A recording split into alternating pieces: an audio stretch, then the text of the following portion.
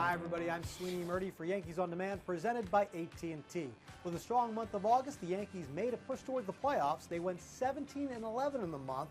That's their best single month in almost 3 years. In fact, since the All-Star break, the Yankees have had one of the best records in the league, and that's pushed them into playoff contention. They've done so with the help of a lot of their younger players, including some of the younger veterans like Didi Gregorius and Starlin Castro, who started the year as bottom-of-the-order guys but have since moved into run-producing situations and have come up big time to help the Yankees push in the second half. Gregorius and Castro have established themselves as veteran core players who still have youth on their side, both just 26, and they helped the Yankees offense average an AL best 5.29 runs per game in August, which is third best in baseball. The Yankees also received some help from a few rookies who moved into prominent positions, led by Gary Sanchez, of course. He exploded onto the scene in August and set an MLB record with 11 home runs in his first 23 big league games. The Yankees backstop was named AL Player of the Month and Rookie of the Month after batting .389 with 20 runs scored and 21 RBIs. It's impossible to maintain this level of production, of course, but it's clear the Yankees have their catcher of the future in place. What's impressive about Sanchez is his plan at the plate and his ability to drive pitches from gap to gap and foul line to foul line. And behind the plate, his rocket arm has always been his best weapon. Sanchez has now added improved game calling and pitch framing, areas that his coaches say have shown big improvement over the last 2 years. Gary Sanchez has been the total package.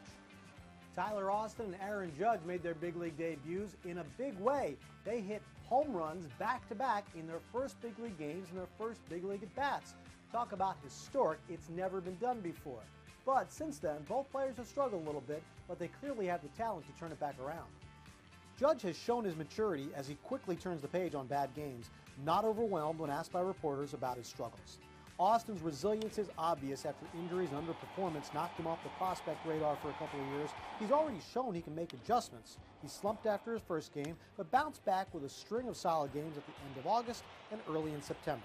The Yankees are counting on Judge to be the opening day right fielder next year with power and athleticism few possess. And Austin is sure to head into next year with playing time possible at first base and the corner outfield spots. Rob Refsnyder was a big contributor in the Bronx for a month and a half and saw significant playing time at first base, second base, and the outfield. A roster crunch made a trip to Scranton-Wilkes-Barre necessary, but Refsnyder hit close to .400 at AAA, earning his way back to the majors and hoping his value as a utility player can help the Yankees win some crucial September games. Let's not forget about Greg Bird, who's missed this entire season because of shoulder surgery, but made a big impression last year when he hit 11 home runs in just 46 big league games. Bird is back in New York working out with the big club as he gets ready for a trip to the Arizona Fall League in October. Bird's picture-perfect lefty swing will be slotted into the middle of the order next year as he takes over at first base for the retiring Mark Teixeira. Moving to the mound, Luis Severino struggled this year as a starter. His command regressed. He lost confidence in his changeup, but he's recently had some very good outings out of the bullpen, and the Yankees believe he can be a key contributor not only the rest of this season, but certainly next. Joe Girardi and Larry Rothschild have both told me how much they view him as a key rotation piece next year. A positive finish to the 2016 season will be a nice way to head into the winter.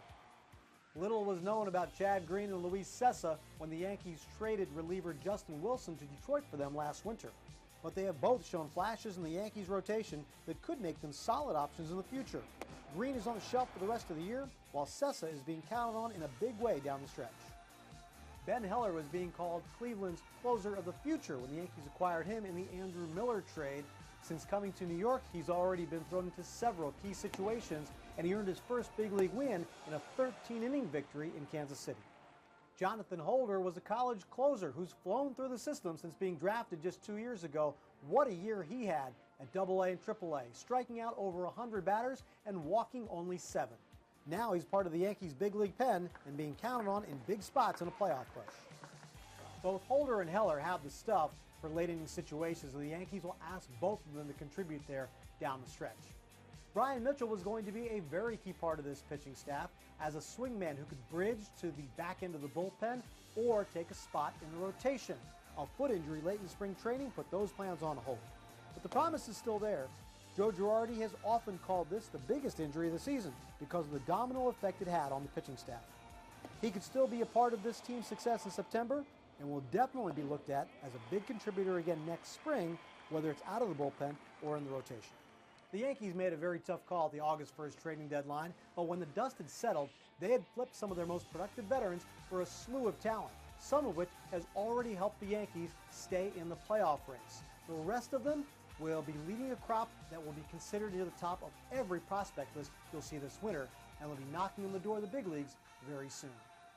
For Yankees On Demand, presented by AT&T, I'm Sweeney Murdy. You can see more Yankees On Demand Yankee Scoreboard content by clicking here, and can subscribe to our local YouTube channel right there.